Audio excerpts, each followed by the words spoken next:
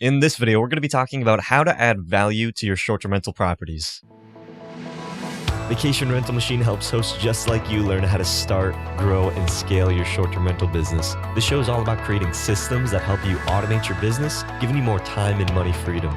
If you're ready to start living the vacation rental life, then subscribe to this podcast today. Come and join us on our Facebook group, The Host Nation, where we'll be talking about starting, automating, and scaling a short-term rental business. Now, on to the show.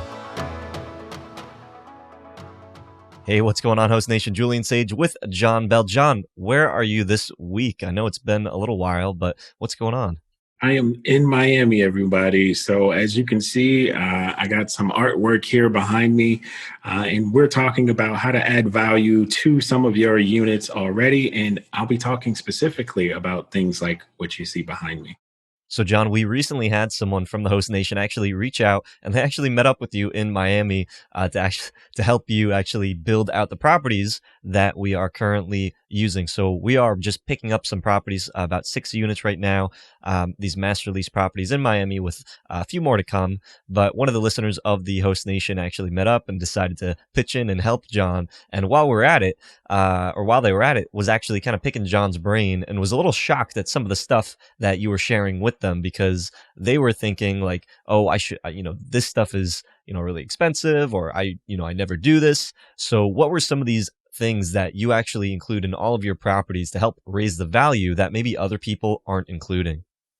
Definitely. Well, one, let me first say I didn't solicit this person to actually help me out, but they did offer, and it was greatly appreciated. So, of course, during that process, she got to ask all the questions that she wanted to ask. And some of those things were like, hey, how did you do this? Or why did you do that?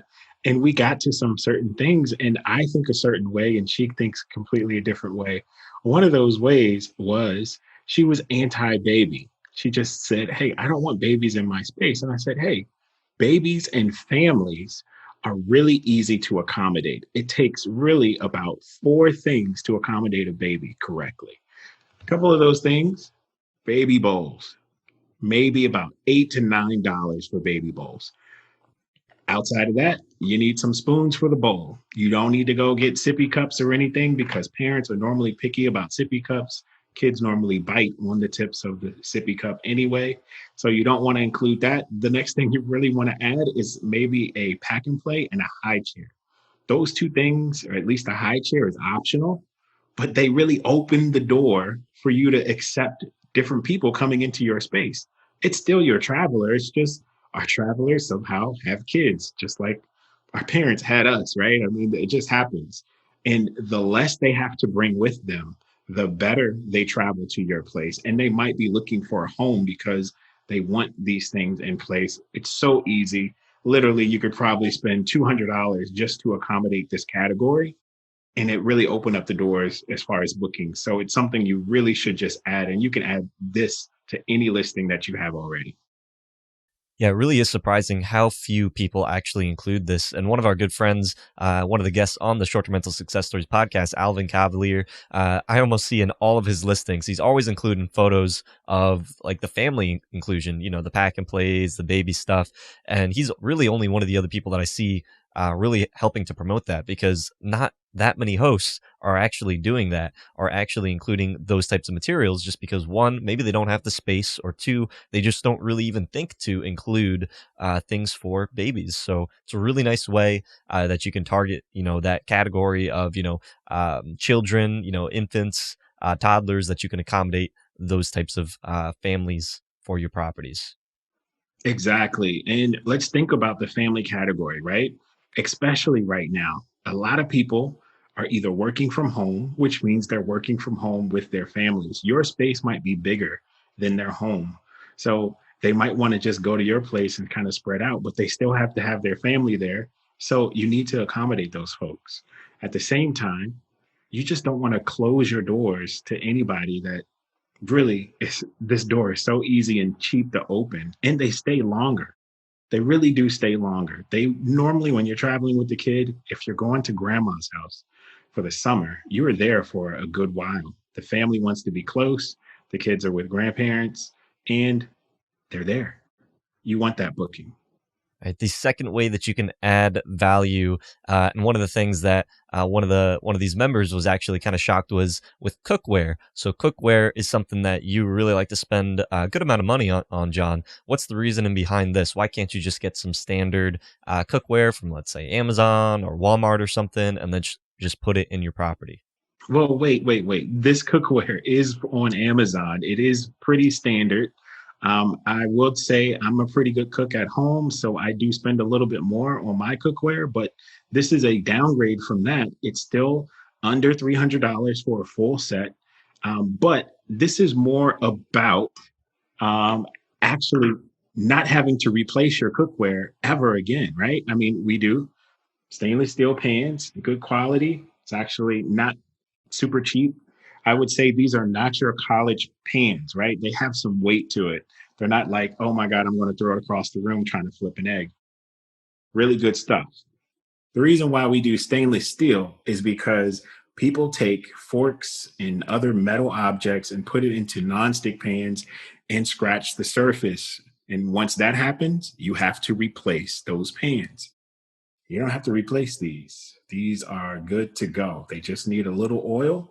If they're a good weight, they can cook the same meals that you can cook into, or they can cook the same meals as you cook inside a nonstick pan.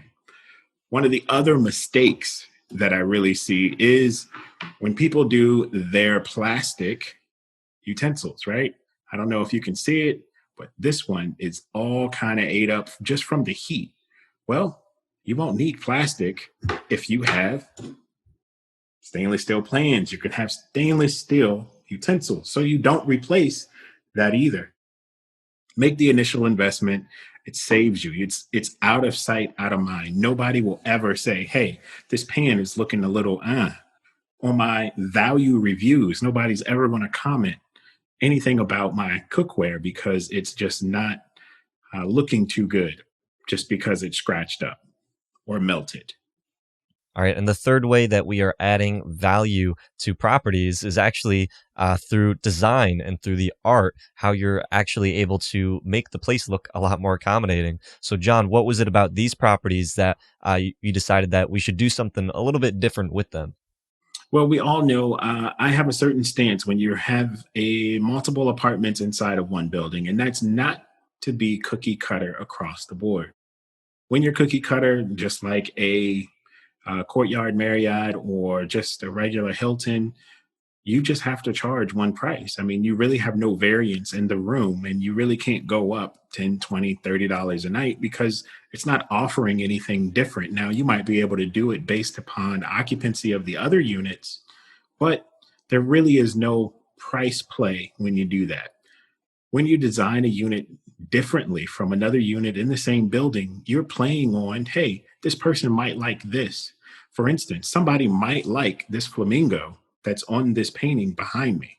And they might say, hey, I want the flamingo room because I like flamingos. I like pink. I like whatever. And they might be willing to pay a little bit more for it, even though another place is available in the same location. That's why you want to design things differently. That's why you want them to kind of be independent from each other. At the same time, you're just playing around with your own like test lab of stuff. You'll be able to figure out, hey, when I did this, I got a lot of bookings for this. For me, one of those things was adding a rice cooker to my kitchen. Somehow, some way, when people come and they comment about a rice cooker being in the unit, all of a sudden I get all these other bookings and people are like using the rice cooker all the time. And for me, I don't eat a lot of rice, but there's a lot of people that kill rice with every meal.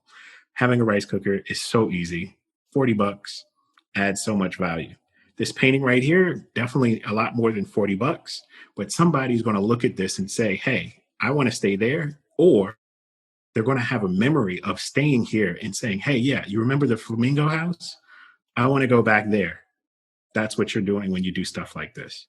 Right. There's plenty of ways that you can add value. And that's actually one of the things that we want to know is in the comment section down below. Let us know, what other ways are you adding value? Are you doing a theme? Are you adding maybe activities like bikes or canoes or kayaks? Are you offering an experience? There's lots of different ways that you can add value, which we don't have enough time to be able to list them all out in this video, but just let us know what you are doing. Yeah, that's right, Julian. One of the other things that this person actually did that I found very unique to be able to actually do at some scale was they provided breakfast. They thought about how they could provide breakfast to their guest in a way that is small enough so people aren't weirded out that it's just been left between guest after guest, but still able to provide them breakfast. What great value did that add? Right, John. There's a bunch of different ways that you can add value, but also make sure that if you are doing something, if you're adding like bikes as available, or kayaks, or food, even sometimes even like liquor or alcohol. If you leave some type of something for other people, just make sure that you are covered for your insurance purposes, because you do not want to add something that you think is going to be value, but then could actually cause, if someone ends up getting like a peanut allergy or something like that is not disclosed, or there isn't some type of coverage, you could be held really just hanging, and we don't want that to happen. But really simple ways that you can add value, again, is some of the stuff that we listed before. And we, of course, we want to know, what are you doing to be able to add value to your properties? Leave that in the comments section down below. And until next time, Host Nation, keep on hosting. If you'd like John and I to answer your guys' questions, then be sure to go to the Host Nation Facebook group and use hashtag AskVRM. Hope you hosts found value in this episode. If you did, please go on over to iTunes and leave us a review, as that would greatly support the show. If you'd like to connect with John, the community, and I, then go on over to our Facebook group, The Host Nation. Talk to you hosts in the next episode. Keep on hosting.